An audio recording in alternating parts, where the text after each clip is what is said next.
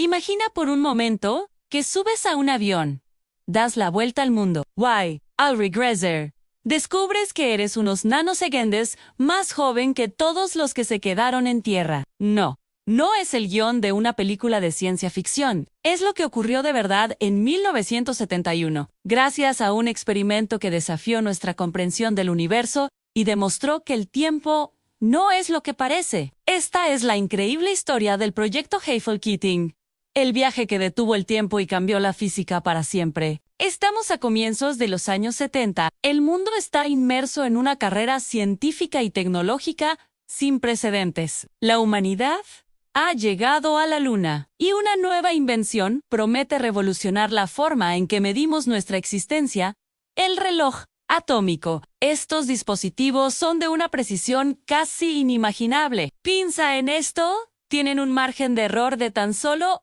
1 segundo cada millón de años. Son, literalmente, los cronómetros más perfectos jamás creados por el ser humano. En este contexto, dos físicos estadounidenses, Joseph Hafele y Richard Keating, se hacen una pregunta que a muchos les parecía una locura décadas antes.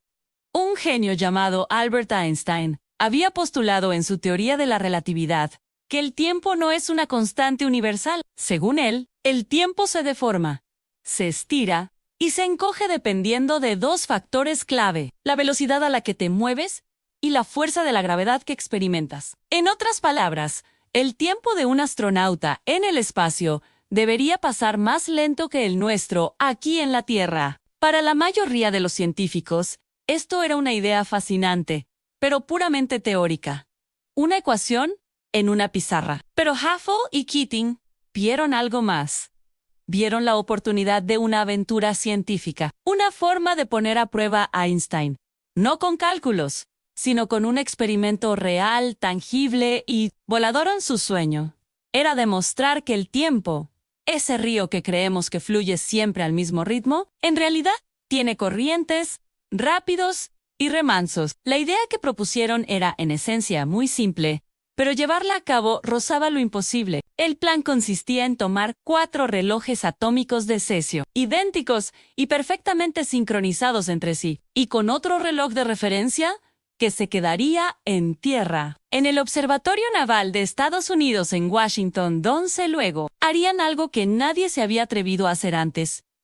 Antes embarcarían los relojes en aviones comerciales de línea regular para que dieran la vuelta completa al mundo. Un conjunto de relojes viajaría hacia el este, en la misma dirección de la rotación de la Tierra, y el otro conjunto viajaría hacia el oeste, en contra de la rotación. Según la relatividad de Einstein, ocurrirían dos cosas. Primero, por la relatividad especial, los relojes en movimiento deberían registrar el tiempo más lentamente que el reloj estático en tierra. A esto se le llama dilatación del tiempo cinemática. Segundo, por la relatividad general, los aviones vuelan a gran altitud, donde la gravedad de la Tierra es ligeramente más débil, y en un campo gravitatorio más débil, el tiempo pasa más rápido. El desafío era que estos dos efectos, uno que ralentiza el tiempo y otro que lo acelera, competían entre sí. La predicción era que el resultado neto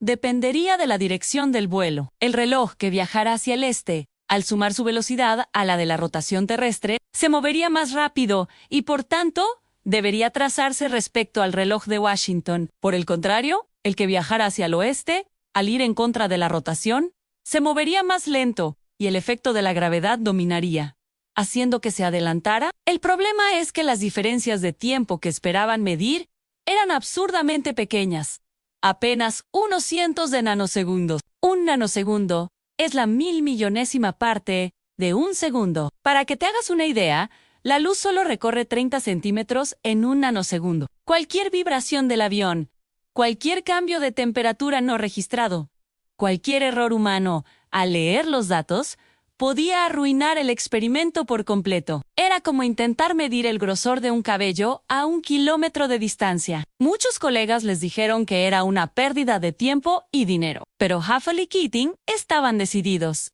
Si lograban medir esa diminuta diferencia, tendrían la primera prueba experimental directa de que el tiempo no es absoluto. Probarían que Einstein no solo tenía razón en el papel, sino también en el mundo real. En octubre de 1971, llegó el día.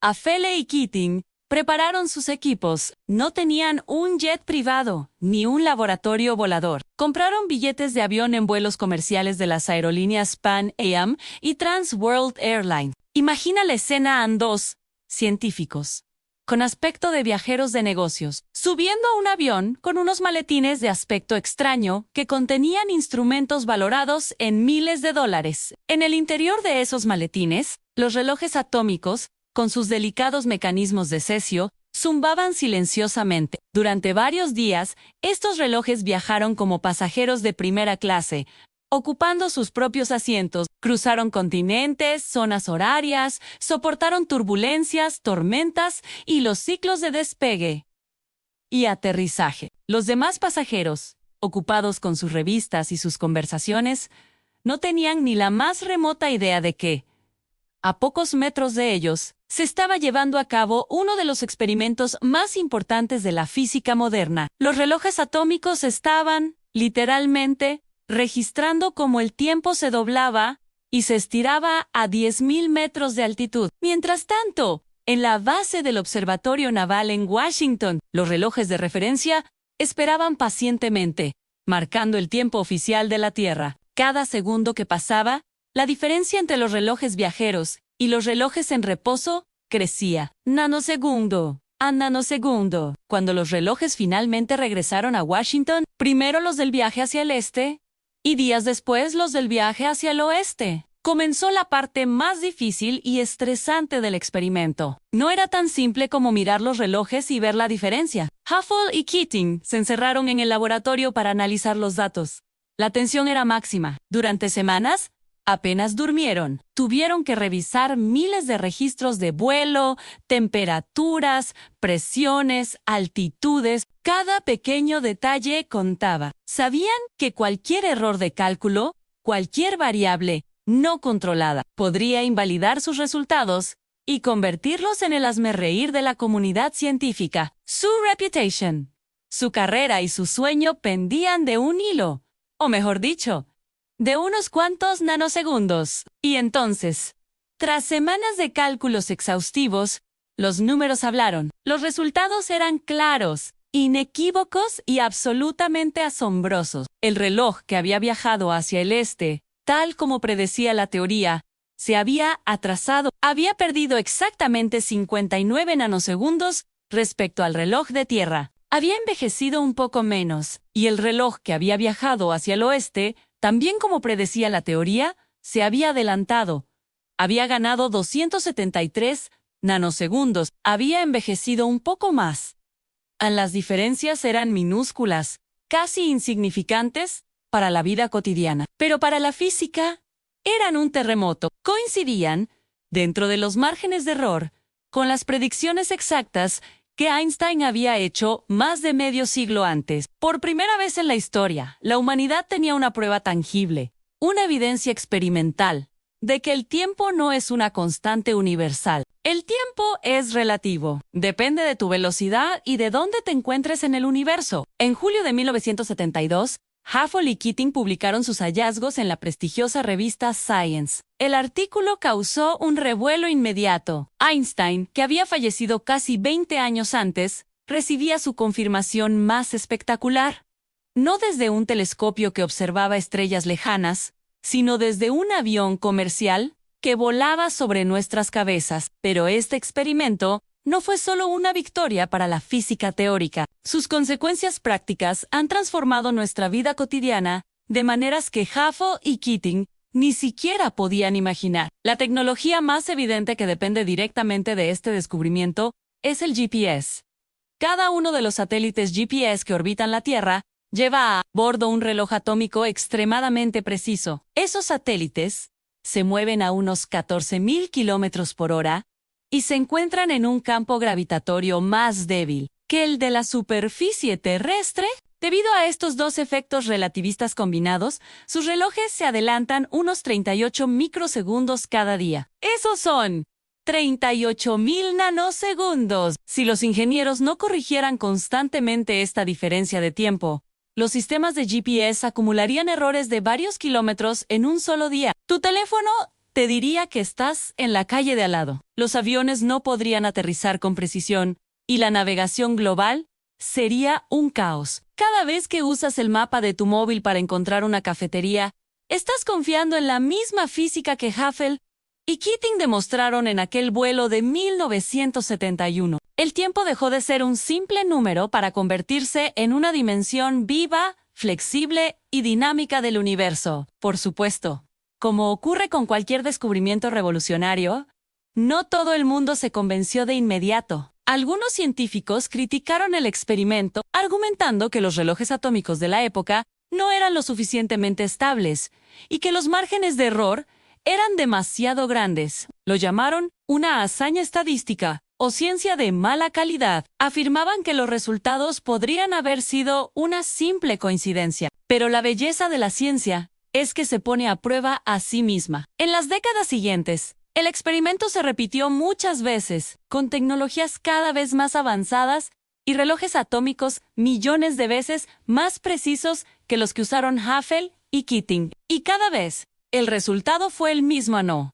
El tiempo se estira y se contrae. La relatividad de Einstein no era una teoría, era una descripción de la realidad. Hubble y Keating estaban en lo correcto. Hoy, la dilatación del tiempo es un hecho aceptado y medido en laboratorios de todo el mundo. Cada segundo que marca tu reloj, cada ubicación que tu teléfono calcula, cada partícula que se acelera en el CERN, lleva la huella de aquel audaz viaje de 1971. Fue la demostración de que con curiosidad, ingenio y un par de billetes de avión se puede poner a prueba las leyes fundamentales del universo. La historia de Joseph Hubble y Richard Keating nos recuerda que las ideas más grandes a menudo se demuestran con los experimentos más ingeniosos y que a veces, para entender el cosmos, primero hay que dar la vuelta al mundo. Fue el día en que dos hombres, con sus maletines llenos de relojes, nos enseñaron que el tiempo, después de todo, está de nuestro lado o en nuestra contra, dependiendo de la velocidad a la que viajes. Gracias por acompañarnos